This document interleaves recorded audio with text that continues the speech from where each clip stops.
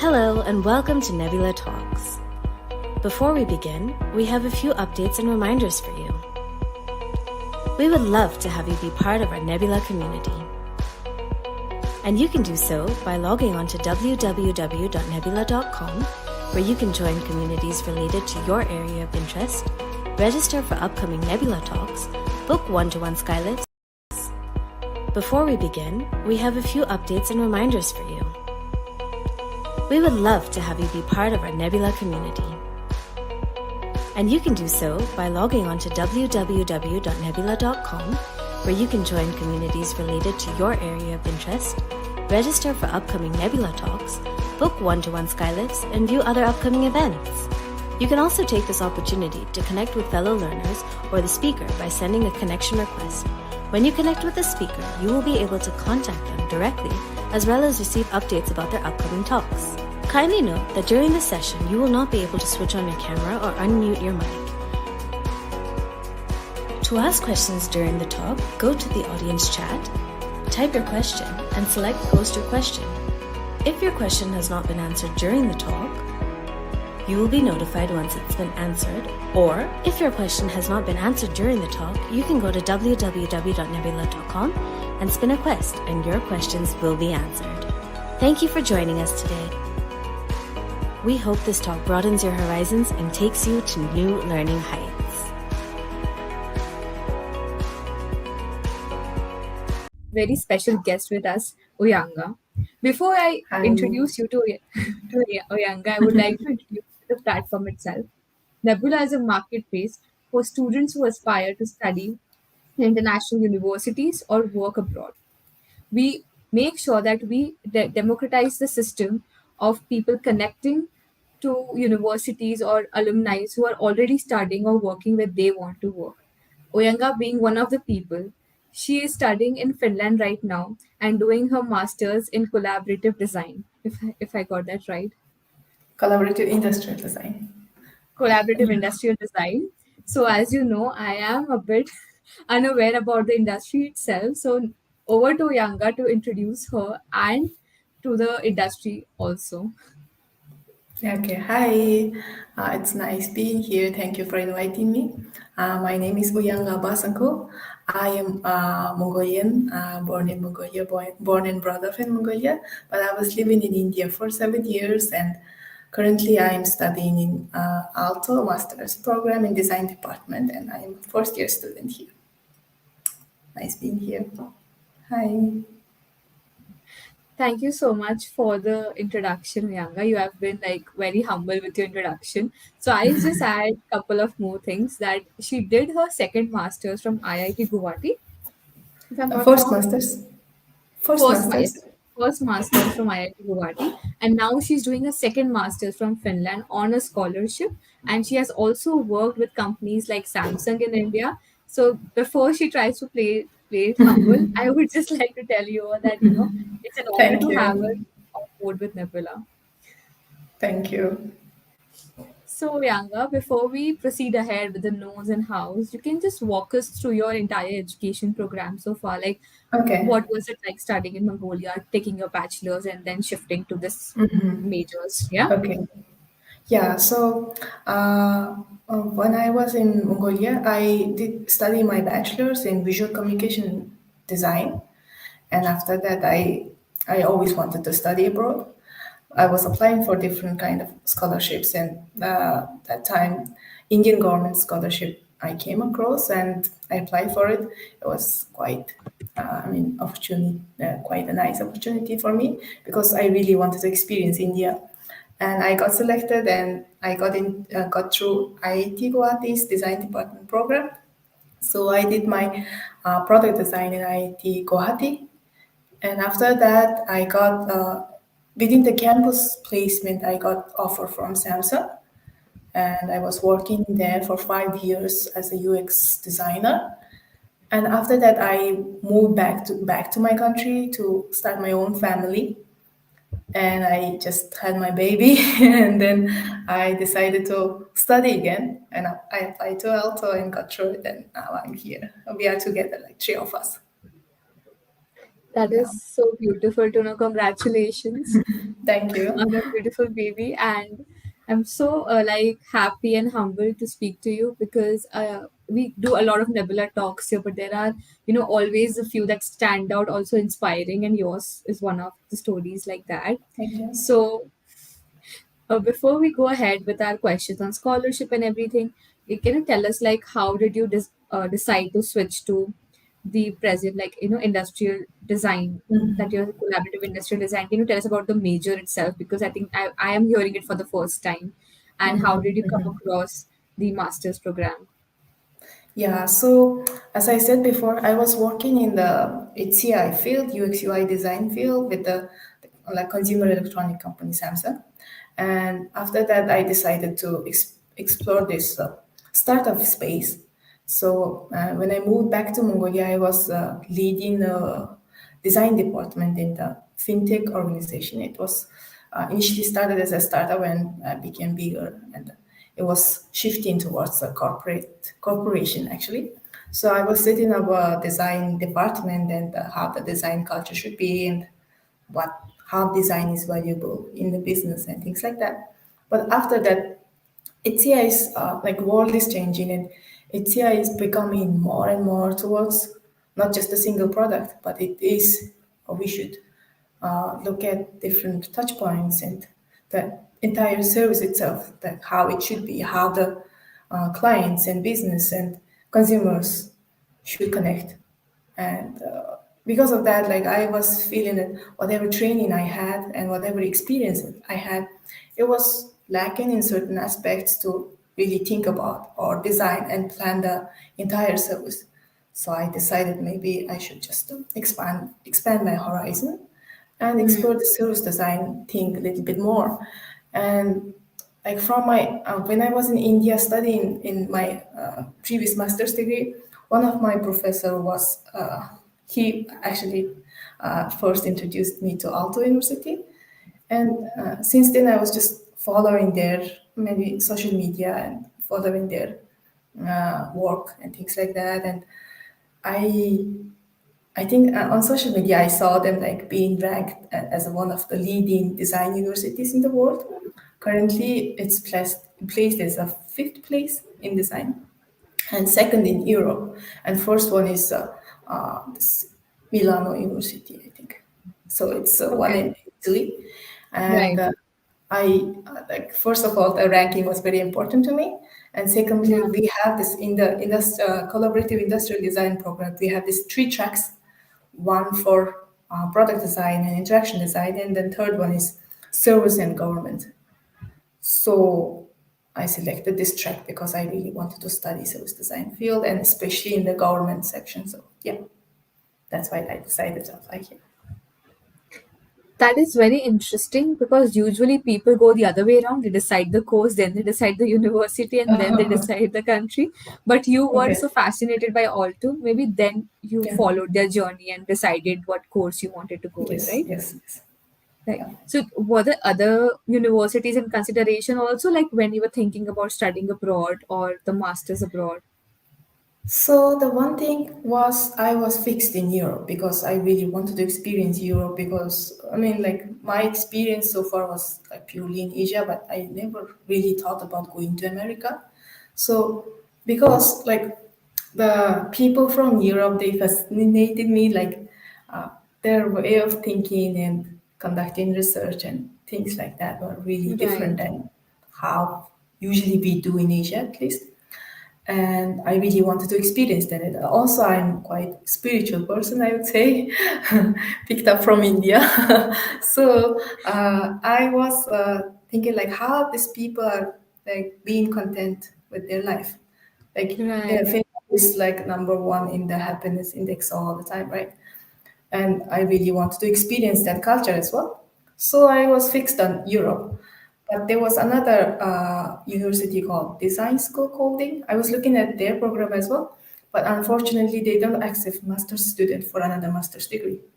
So I had only one option, and I decided to go with only one option itself. So I'm quite single-minded that way. Right. You aimed for the bullseye.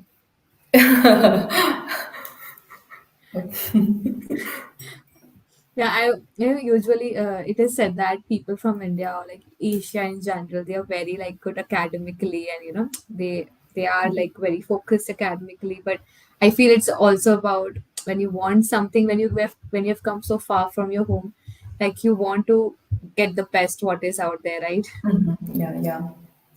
Yeah, And so at more the power to time, you. I just decided to apply for only Aalto because I had a Right, small baby and I didn't have anything, right, any other thing in mind. Yeah, that's why. right. Usually the students mentor we have on the platform are somebody who are just like getting started with their bachelor's or just going right after their bachelor's they go for masters. But I think you're one of the unique mentors we have on the platform who is really like, has had a good share of life, and now they're starting the academic journey is something that I really want to explore further in the talk. So what really stands out for me in your profile is not only you went to one of the best design schools around the world, but you went there on fully funded scholarship, Yeah. if I'm not wrong, right? Yes, yes. Yeah. So can you tell us about that experience? That how did you come across the scholarship? What was the application process like? Okay. So usually, like if you go to United States or Australia and things like that, you really apply for scholarship first, and then you select the program later. I think most of the cases it's like that. Right. But in Finland, in Aalto specifically, you just choose your major and then apply for it. And then if you want to apply for scholarship, you just click one check, like towards the end of Okay. the application. Do you want scholarship or not? And that's it. But that's like, and based on not just the individual story or anything like that, they select scholarship receivers based on their academic merits. So the first rank will be Finland scholarship, which is what I got, and it's fully funded, like 2 years tuition, and with the 5,000 euros for coming and settling. It's one-time pay, and the next rank will be University Aalto University scholarship, and that will be 100% or 50% of the tuition. Yeah, that's like that. Okay. So when you say you got the scholarship, you didn't apply separately for it, or there was no interview, right? No, nothing like that. Okay, that's interesting. So I think this is something that I think all students should know. Usually, what I know about like other scholarship programs as well, that you have to apply for it separately. Like it's an individual process that you have to give an SOP, you have to give an exam sometimes or an interview. But with this university, you just had to like check one box, right? Yes, and I think it's a same similar case for entire Finland. If you're applying Okay. for, let's say, Helsinki University and any other university, you just do the same process, and then these three kind of scholarships will be there: Finland scholarship, and then university 100%, university 50%, like that. Right. And that is Yeah. something, I mean, I didn't personally know, and I'm sure a lot of people who are watching this right now or later would also be surprised to know, because people find the paperwork so tedious. I mean, Yeah. it's that university paperwork is very like layered, and when you have to apply separately to get funds, it can be more cumbersome. But this is very Yes. refreshing to know that universities go out of their way to make sure that students don't have to struggle again for for what they Yeah. really deserve. Yeah, that's Yes. wonderful to know. So, since the scholarship part is pretty clear, did you apply to other scholarships for this program? Like you No. try to, no? No, not really. So I was like, even if I don't get scholarship, I was ready to maybe get a loan or do some kind of Right, things to get through it. So right. yeah, That's but I interesting. was thinking maybe if I came here after get accepted and without scholarship, I might have looked at other options. But I think thankfully I got the scholarship, so it was like no need to do that.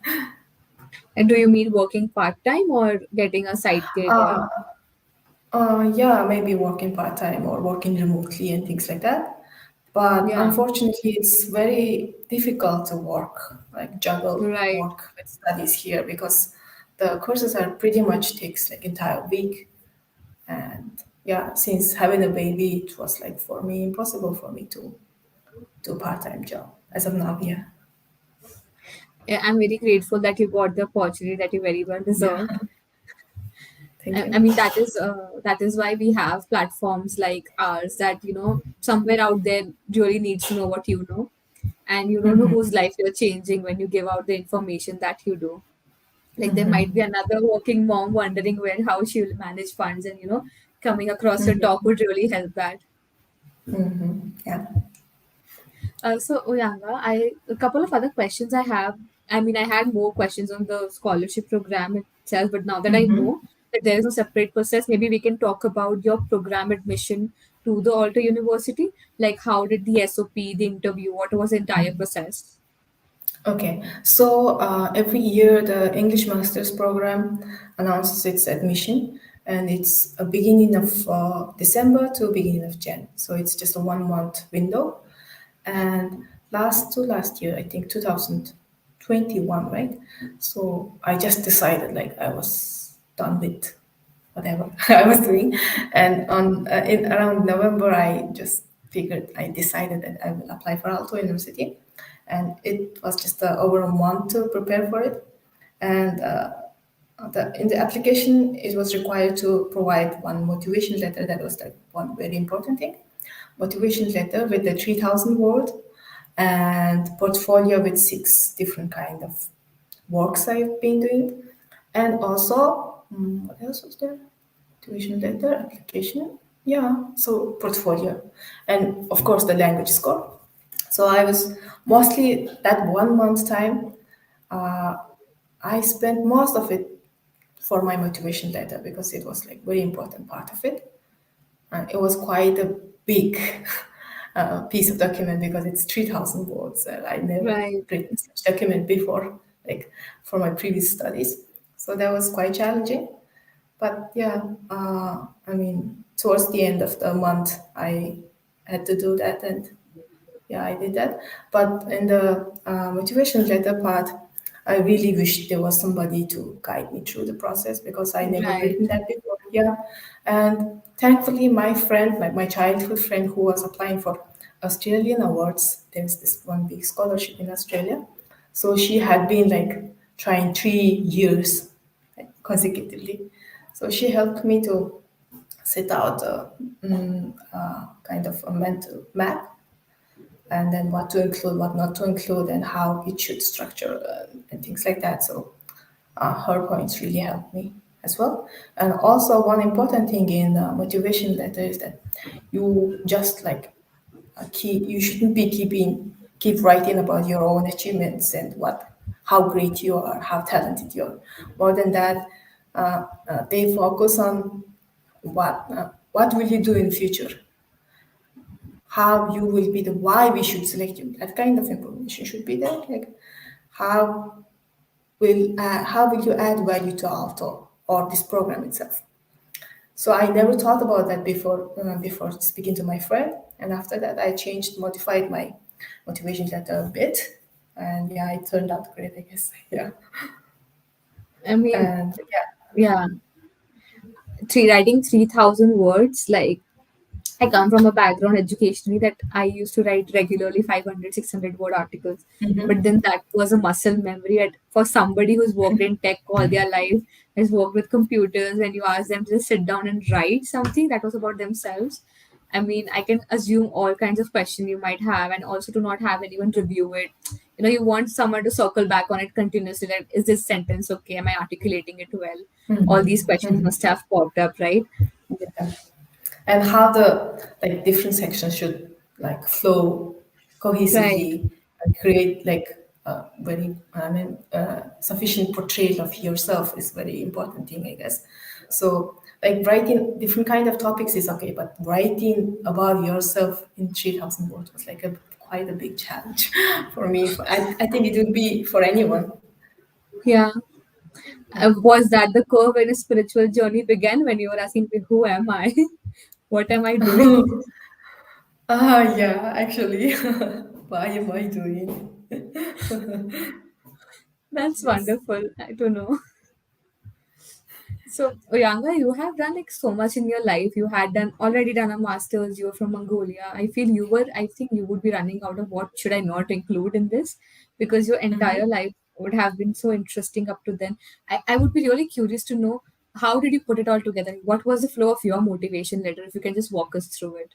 So yeah, I started with like I wanted to admit that I like some people they write that design was all I dreamed and like thought about entire my life. Nothing like that because it was a chance encounter. Like I never knew about design before, and like uh, because of the scholarship, I got to know the program and design. So I started admitting that I never dreamed about being a designer, or I never knew about it. And then how it came across, and how I feel design is very important for the society and the world itself. So my entire flow was like that. How I discovered the importance, and how Right, in meanwhile how what kind of challenges I faced, this kind of thing. right. So was your letter only focused on professional achievements, or did you also include the part of being from an underrepresented country in the world and then moving to India? What was that journey like? So I really didn't want to choose that angle that Right, having coming from a small country and poor country and things like that, because I mean that doesn't really define me, I feel. right, Yeah, so more than that, I focused on like design field itself, how its potential to change people's lives, and yeah, especially so Aalto is really inclined towards sustainability, right? So I try to touch that sustainability angle as well. Yeah, it was purely professional, I guess. I mean, that's very interesting. Like all the mentors that I've ever interviewed, they always say that they want to know why should they hire you. So make their job easier, like why should they get you in? Make their job easier to read, make it easier for them to choose you. So what was that X factor in your application that stood out the most? According to in retrospect, if you had to like select yourself. Yeah, so I really wanted to portray myself as like I know what I've been doing, and I have a very clear plan what to do in the future for myself, like Right, that kind of like after like I started with if I get through this admission, like if I get into Alto, I would be part of this research group and I will be doing this and that. Like I wanted to have a very clear, I mean, what to say, like clear plan for my career. clear roadmap, yeah. So yeah, so that was I think one of the important aspect in my motivation letter, I guess. Yes. Yeah, more. Apart I from, didn't really want to include emotional stuff, like right, you yeah, were just yeah, talking business there. yeah, yes, yes. That's amazing to know. Apart from your motivation letter, did you have to like submit letter of recommendations, like you said, portfolios, anything else that played a major role? Yeah, I guess portfolio is very important as well as a design field and being creative industry. So, but in my portfolio, what I did was like they ask you to select only six projects, and if Right, it's like not just I was in the UX UI field, right? And I didn't want to include only UX UI projects. I like maybe one or two project was UX UI, but I wanted to include my writings, and I included my workshops and things like that. And my thought process, like I highlighted on the thought process more than anything else. So what kind of challenges were there, and how I overcame it, and how it turned out. And and after each and every project, I included the reflection part of it, like what should have been right, done, and what mistakes I made, and how I will improve later, and things like that. So that was very important in terms of portfolio, I guess. Not so people think portfolio should be like very glossy and refined images and final products and things like that, right? But I feel portfolio should be your journey of how you work and how you think. So right, right. That's amazing to know. And like you said, Finland is like the happiest on the index of happiness. I mean, I yeah. never heard of that thing before. I think even I read it in an article. It is one of the top 10 countries when it comes to happiness index. So moving to like a bit from universities and motivation letters. What was it like when you actually landed up in Finland, and how was the experience at the university studying the course you are? Yeah, so in terms of life quality, it's really top notch here. Like everything is super easy and super well designed. And one of the thing I found really surprising was that in Asia, or at least in India and Mongolia, the similarities is that if somebody has a property, they try to shield it. Like they have this gated societies and gated stuff, right? Like, but Right, in Finland, there's nothing like that. Everything is public. Like right, everything is free and public, and everything is based on trust. That was like quite surprising and very difficult to uh, quickly adapt to it right. because yeah, it was very different. And also, I mean, the nature is like everywhere. They have this forest and like mushrooms and berries growing right next to the road, and Wow. there were deers and like rabbits running around like in the city. So that was very interesting because like nature and with this high development, it's we don't really imagine them to be uh, coexisting, right? But it's there, Right, and they drink tap water because it's like cleanest water in the world. That ways like life quality is really great here, but also it's one of the expensive countries in Europe. So quite expensive, I would say. But overall, like the everyday experiences are great. Yeah, I would say. In terms of academics, it's quite intense. Like compared to my previous studies, all the courses happen like in 7 weeks. You have either 2 or 3 courses, and it's done. Like it's intense. Almost every day you have that course, and then it ends within 7 weeks, and then go on to next and next. It's quite intense, and when like bachelor student who directly joined from their previous programs to this master's degree, the Finnish students I'm talking about, so they're quite good. Like their quality of education is really great, I guess. So they are competing with these people from other countries and who had much more experience, but they're still doing very well in that. So I would say the quality of education is also great here as well. Yeah. and that's lovely to know. And just like circling back to the previous question when I asked you about your own like experience. I mean, Samsung is one of the world's biggest brands. It's very well known, and even IIT in India is the best of the best colleges. Any IIT you go to, did these two brands make a difference in your application? Like, do you think the college name and companies you worked at matter too? I'm not sure about that because I never Right, received any feedback on those aspects. But right. probably it might be because I got a full scholarship, so based on this academic qualification, so maybe these names played a big role here. Right. Did you give any interview while appearing, like for Yeah, so the first round is documents and all the portfolio motivation letter will be checked, and then they shortlist several people, and then they interview on the second round, and it happens around March, I guess, and right, then after that you will see the final result.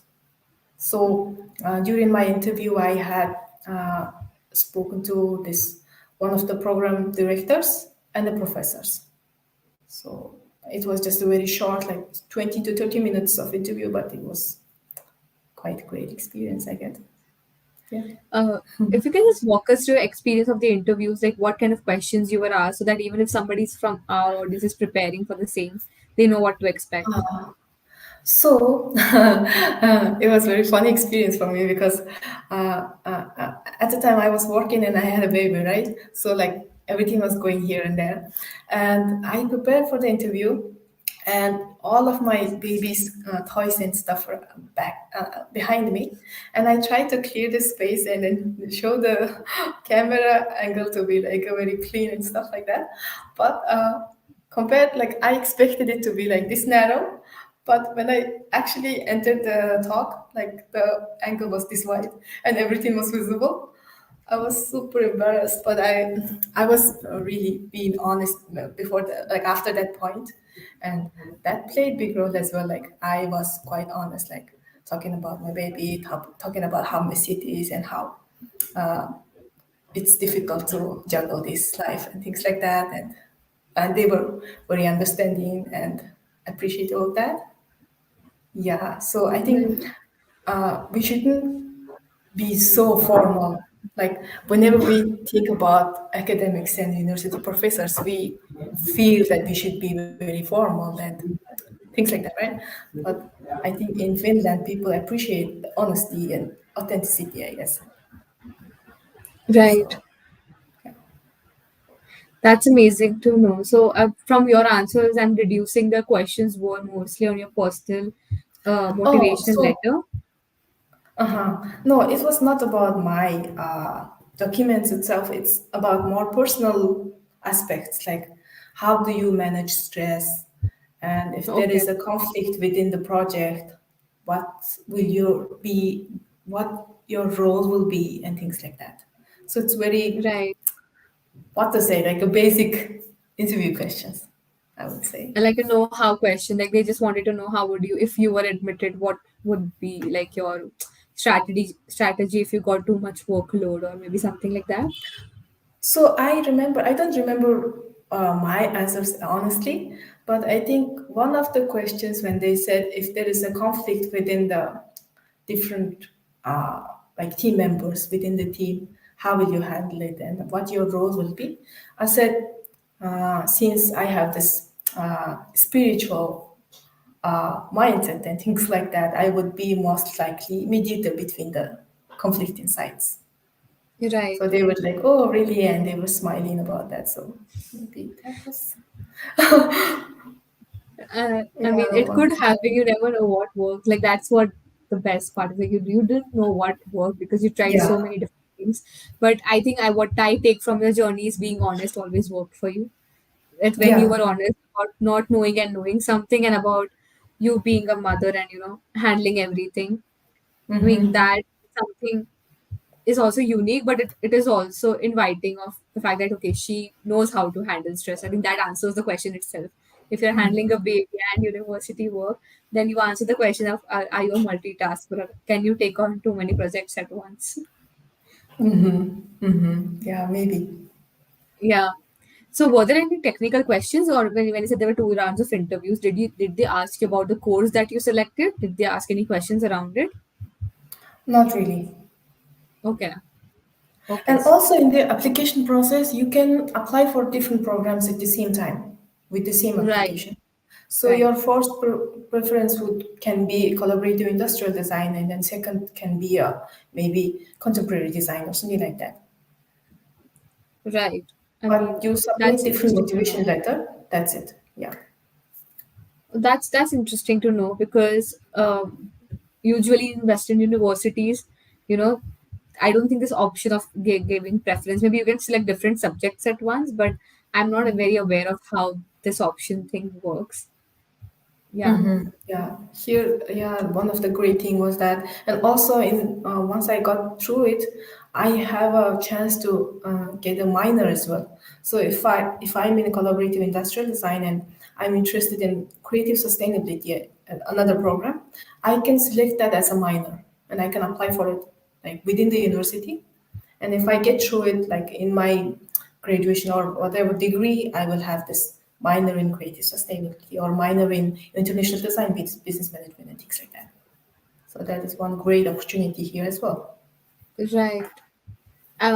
That's amazing to know. Like everything that you are, when you are explaining, you're explaining it so simply and subtly, like, as if it wasn't that hard, it wasn't that difficult. Like if I just listen to this talk without knowing your background journey, I would be like, okay, it's not that difficult. But I know you're not just, just toning it down. It would have been quite complicated. No, but it's not that difficult, really. Yeah. Right. So we have like chat box flooding in, but before I jump to the questions from the audience, I'll just round this up with like last couple of questions. That is, How was the like transition of from being a working professional to studying? And if you could like go back and redo all the entire journey from like coming from Mongolia to India, then to going back and then to going to Finland, what would you change? Like what would you do differently? Like for the students who are watching this. Okay. For me, I wouldn't change anything, I guess. Because Right. whatever opportunities I got, it was one of the best things I got. Like I was quite lucky that way. I never expected to join Samsung because I never thought I will have a chance to stay back to India to work. It is quite difficult for foreigners to get a working visa and things like that. So I never expected that, but thankfully one of my professors suggested, like recommended my name to his my classmate in Samsung or things like that, and I got a chance to speak to them, and they selected me, and they uh, did everything for my visa and things like that. And also after that, even like because of IIT, because of Samsung, and it was all stepping stones for me. So I'm really grateful even now. I got such a chances, and so I will never change anything. It was one of the Right. best things happened to me, I guess. And yeah, and after that, what was your question again? After that? So the question was, how like how the transition happened, but I think I also want to add like the Uh-huh. importance of mentor. Like I feel if you were to mentor someone today, what would you tell them? Like how to go about it, how to go about things. So when you are doing things alone, you have the self doubts, and sometimes you have this Right. disappointments and ups and downs. If I had a mentor, I would say that part can be managed effectively. Like right now, we have this Altos mentors program here, and I applied for it, and I have a mentor from previous Alto, like Alto graduates, alumni. And it is really nice to speak to them, like how, what to do. Like, even like I ask my summer jobs, summer interns, and careers after that, like how to manage and things like that. I get answers very easily.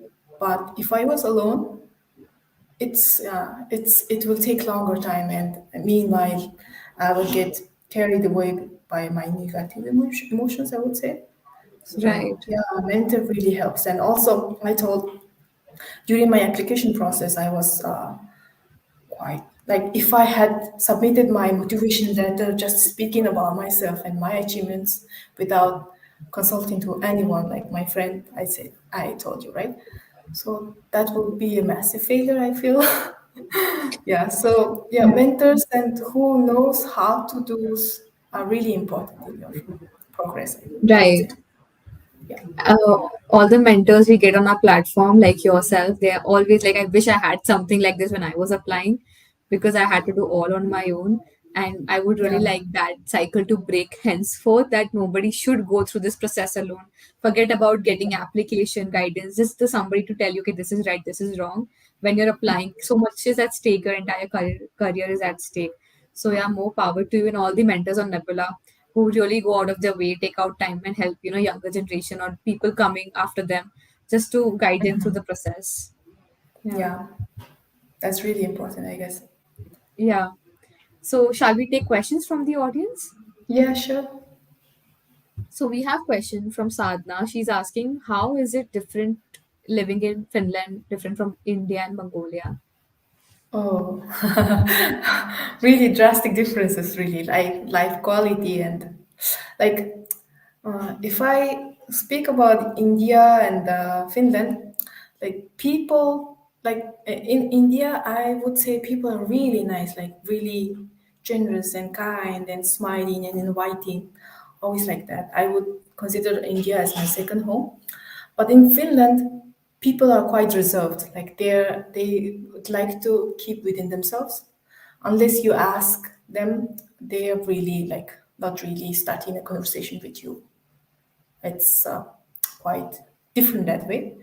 And also, uh, way the things work is quite different in both countries. So, I would say if you want to, I mean, the experience itself is quite different, and you will get to know it only if you are here. So I would say, like, come to Finland and experience. And also, there are summer schools you can apply and join.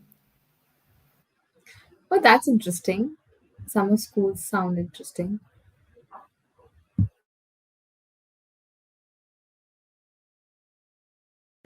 Hi, Unaga. Uyanga, are you there?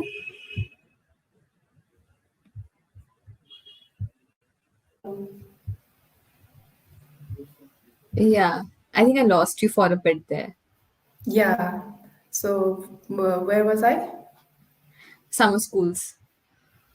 Yeah, summer schools. So you can actually apply for summer schools and come here to experience how life it is, whether it suits you or not. I You will think get to I'll book know a them as styling well. first with you.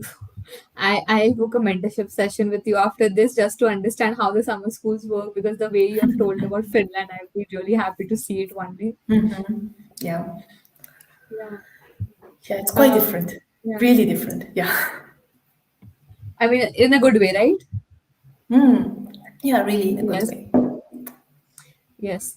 We have another question from Tushar that he's asking that how does Aalto University support international students during their studies? Like, International students, yeah. So there are like several mentorship programs, like one I mentioned. So there are similar international alumni from Aalto will be there, and they will be guiding you through what kind of courses you can take and not take, and how to apply for jobs and how to polish your CVs and things like that. And also there are job fairs happening like twice a year, and you can go there and speak to different companies and talk about your maybe trainee programs and internships and things like that. And also like everything is in English, and there are international. And one good thing about Aalto is that student community is quite good here. Like there are so many, I think around 200 student communities are here within Aalto. wow, So you have hobby groups and different language groups and things like that. So you will get lots of support from other students as well, student communities. Yeah. that's wonderful to know. I mean, I don't think a human, as a species, human being can survive without each other. So it's great that we don't use that realization even when we grow ahead in life that we need each other to, grow with. So that's amazing to know. And thanks to you, we are getting these insights about Aalto University. Yeah. So there are more questions about the campus life. I know you have a family to attend to, but if you can give us an insight of what the campus life is like at. Yeah, I mean, yeah. So campus, we have this student accommodations apartments, and in campus there are lots of things going on. I think, but most of the students they live outside the campus, and they commute between the back and forth.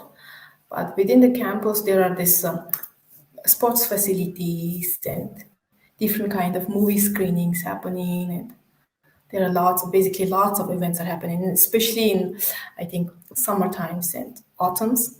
We have lots of student events, and all of these student organizations they organize different kind of contests and events. Keep organizing, so I think it's really nice and it's very vibrant. I would say. That's wonderful to know. So because your program is so unique, I mean, first off that I have ever heard, what opportunities like does it open up? This question came in the chat box. That what opportunities does MA in collaborative industrial design open up for people? Like if you study it. So the Aalto itself is a quite like one of the biggest universities in Finland, and we have recruiters coming from Germany and other parts of the world as well. So once you get through Aalto, I think you will have many doors open for you, Right. lots of jobs and service design. Like from my program itself, like you can get into service design industry, and it's huge, and it's just a booming industry. Hmm. Next UX UI, I would say. So Right. yeah, I mean, there are like so many doors open for you. I, I would say, but right now I'm just a first year student. But I mean, I'm not there yet. That's amazing to know. And I would just like, I mean, I know I won't understand the jargons, but there are like questions in the chat box. If you can just tell us about the syllabus, or how how does the university prepare the students for the real design world? What do you study? Like, what does your course compile of essentially? Like, if you can tell us. Yeah, so in master's degree throughout Finland, it's 120 credits. Okay. So you have to collect those, and out of that, 30 is your final thesis, and then you can collect some 10 for internship and training programs as well.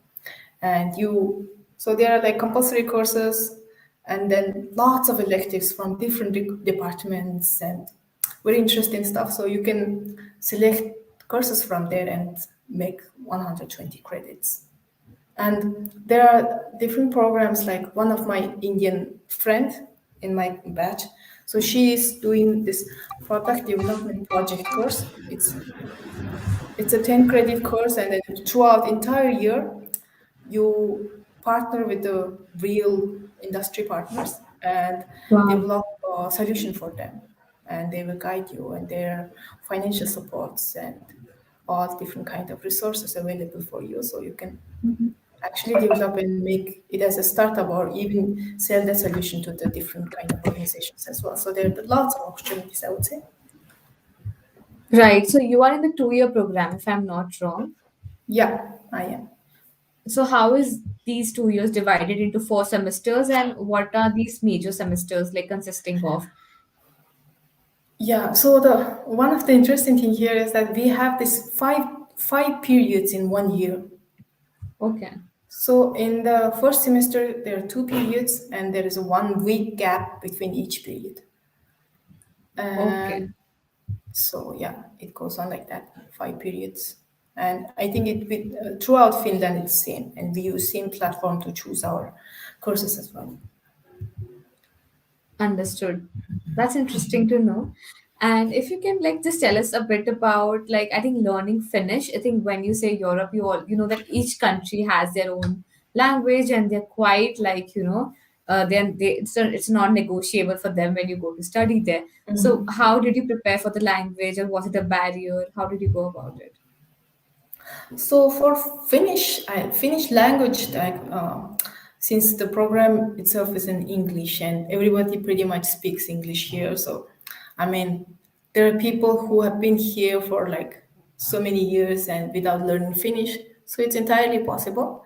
But if you want to build your career here, I think Finnish is necessary.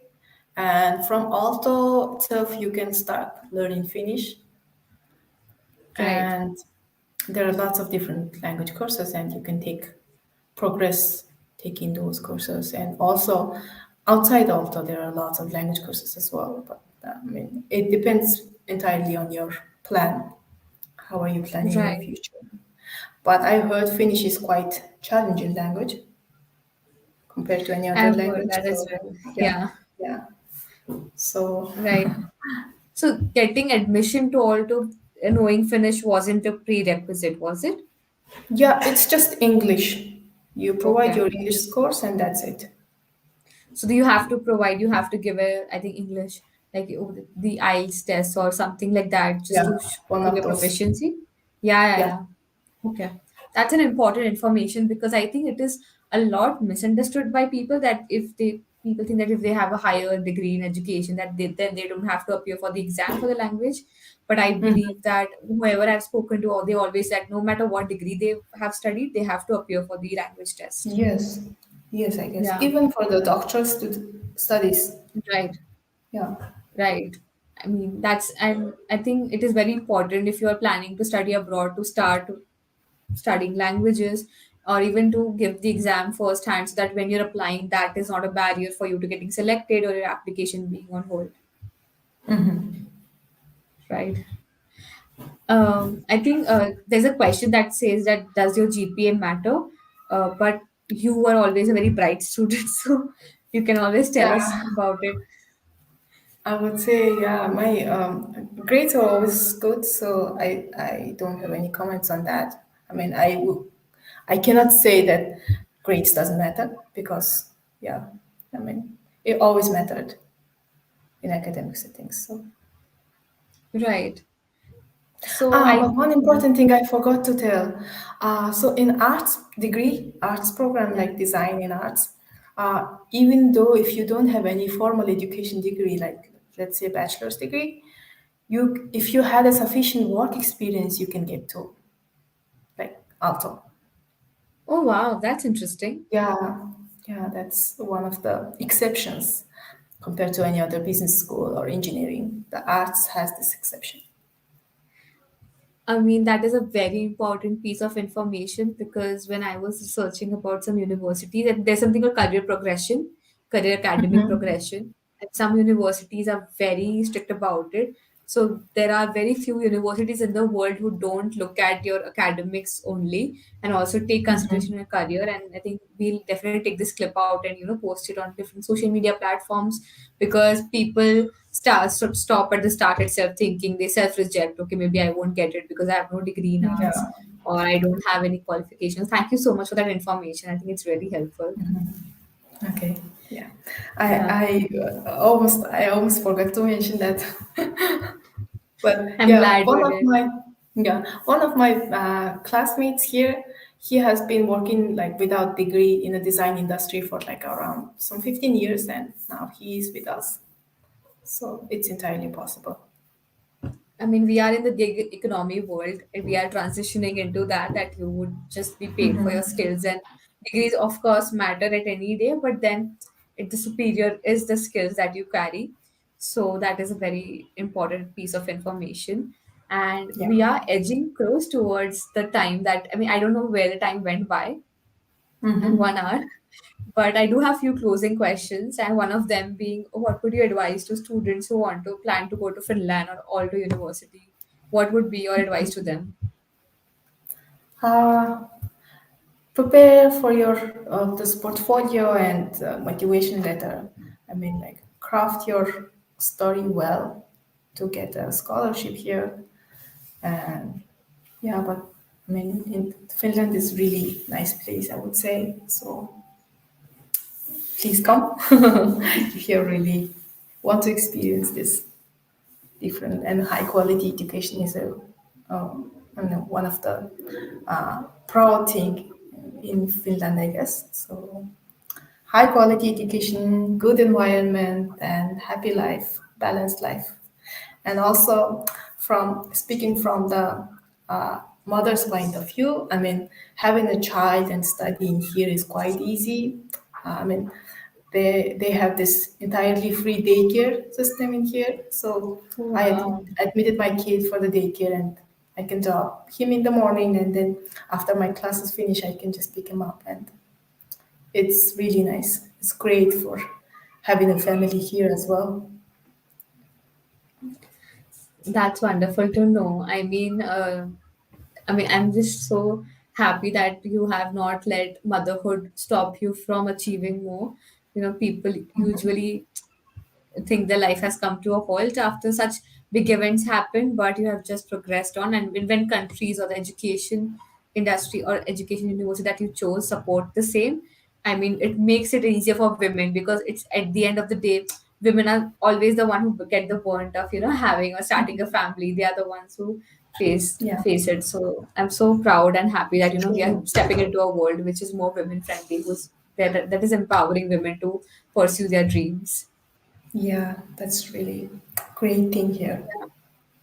Uh, I also Uyanga. I think a lot of people will watch this later. Apart from Nebula, and how they can get in touch with you if you want to tell them. Okay, you can maybe get my LinkedIn and connect me through Yeah, LinkedIn as well. Yeah. right. And I guess if they can approach you guys in Yeah, Nbyula, you guys can contact them to me, right? we'll be happy to do that. Like anyone who is watching this, if you want to get in touch with Uyanga, of course, with her, uh, you know, availability, we'll be happy to put in touch. with her. And I mean, more and more people, I think her journey, if you bring her your set of problems, I'm sure she will be able to guide you better on your journey rather than me asking generic questions. So please do get in touch with her. And after speaking to her, I just feel so calm. She's really spiritual. Usually I'm nervous and fidgeting something, but this felt like a breeze. So thank you so much. Oh, thank you for the compliment. Yeah. Yeah, I'll just give your LinkedIn ID in the chat box. I'll put it in the community group. We have this community, so whoever has registered for your talk automatically Mm-hmm. gets added to a community group. So I'll post your LinkedIn account there. Okay. Yeah. Yeah. Thank you so much. Thank you so much, everyone, for joining. I'm sorry if we couldn't take all the questions. We just had her for 1 hour, but I'm sure we'll have her for more Nebula talks, and she's there on the platform as well. So thank you so much. I'll see you all very soon. Thank you so much, Uyanga. Thank you for inviting me. Have a nice day. Have a nice evening in India, right? Thank you. Okay. Bye. Bye.